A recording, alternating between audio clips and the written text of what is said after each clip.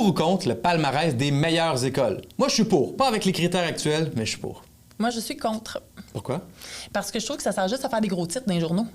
Je trouve que le commun des mortels qui lit ce palmarès-là, tout ce qu'il fait, c'est critiquer une école ou en valoriser une autre, alors qu'il ne comprend même pas sur quels critères c'est basé, là, ces évaluations-là, ces palmarès-là. Ouais. Puis ça fait passer des écoles qui travaillent très, très fort avec un taux d'élèves en difficulté beaucoup plus grand. Ça les fait passer pour moins bons. Puis ça, je trouve ça complètement injuste. Absolument. Les critères d'évaluation ne devraient pas être les mêmes parce que les écoles privées vont faire une sélection d'élèves, ont des moyens financiers différents, ont des bâtiments différents. C'est clair que ça a un impact direct sur les performances des élèves. Oui. En même temps, j'y crois, moi. J'y crois à l'idée de comparer les écoles entre elles, comparer les centres de services scolaires entre eux. C'est pas vrai que ça se compare pas. Il y a des critères utiles qui pourraient permettre de comparer les écoles et les centres de services scolaires entre eux. Par exemple, le bien-être de l'élève. Ça s'évalue. Pourquoi est-ce qu'on n'évalue pas le bien-être des élèves, le bien-être du personnel scolaire? Pourquoi on ne l'évalue pas? La progression des notes par rapport au début de l'année versus la fin de l'année, en lien avec les défis des élèves. C'est scientifique. Je trouve que ça ne tient pas compte, moi, de la réalité des élèves. Si on prend un milieu dans lequel il y a beaucoup de pauvreté, qu'il y a beaucoup de difficultés de toutes sortes, qu'il y a plus de violence, qu'il y a plus de conflits dans les écoles, qu'il y a plus de difficultés, je veux dire, la progression va être plus lente et plus difficile que pour d'autres élèves qui viennent d'une région qui est plus favorisée, avec plus de moyens. Donc, je trouve qu'encore là, une progression, il faudrait qu'il y ait une progression avec d'autres critères d'évaluation. Ça devient super complexe. Je veux dire, donnons-nous les moyens de comprendre ce qui permet à l'élève de mieux progresser, mais de les comparer, pas sûr. Moi, je suis d'accord qu'il y a des milieux qui sont différents, qui vont avoir un impact différent sur comment une approche pédagogique va avoir de l'impact ou pas sur l'enfant.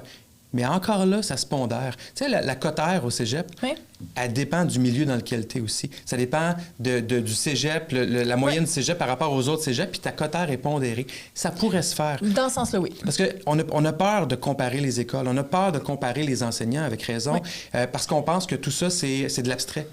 Non, ça s'évalue. Ça s'évalue une compétence pédagogique, ça s'évalue à quel point l'école est bonne ou pas bonne, mais ça prend les bons critères. Mais c'est important de le faire. Parce que sinon, ce qui arrive à la fin, c'est « Ah, tout le monde est beau, tout le monde est fin. Ah, ça dépend du milieu. Ah, c'est la faute des parents. Ah, c'est la faute des élèves. Ah, c'est la faute du privé. » Non, il y a des raisons qui expliquent une performance d'une école. Quand je dis performance, je ne parle pas juste des bonnes notes, mais c'est la progression, le bien-être, etc. Là-dedans, moi, j'ai peur qu'on froisse le personnel scolaire, qu'on cible le personnel scolaire, puis qu'on leur dise que c'est de leur faute si ça ne fonctionne pas, si on n'a pas assez progressé. Puis là, on va remettre ça dans le cours des profs, parce qu'on va dire le milieu de l'éducation, la réussite académique, c'est vous, ça. Donc, pourquoi les élèves ne progressent pas? Est-ce que c'est vous le problème? Mais il faut tenir compte d'un paquet d'autres affaires, là. C'est vrai que ça peut être froissant comme idée.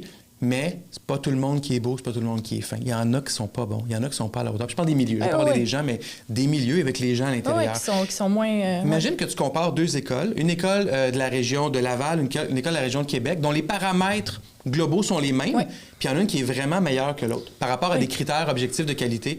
Est-ce que c'est pas une information hallucinante à avoir pour dire « Hey, qu'est-ce que cette école-là peut faire de mieux? » Mais si on les évalue pas, les écoles, on le saura pas. Puis là, on va blâmer Pierre-Jean-Jacques, mais on ne touchera pas aux problèmes clés qui affectent cette école-là. Mais là, ça revient à changer nos critères d'évaluation parce que les gros titres dans les journaux, moi, je trouve que ça demande juste la colère de tout le monde puis ça donne pas de solution à personne. On est d'accord là-dessus. C'est déjà pas pire. Vous en pensez quoi? Pour ou contre les palmarès? Est-ce que ça vous aide comme parents? Est-ce que ça vous aide comme enseignant-enseignante à choisir une école pour vos enfants ou pour vous? On veut le savoir.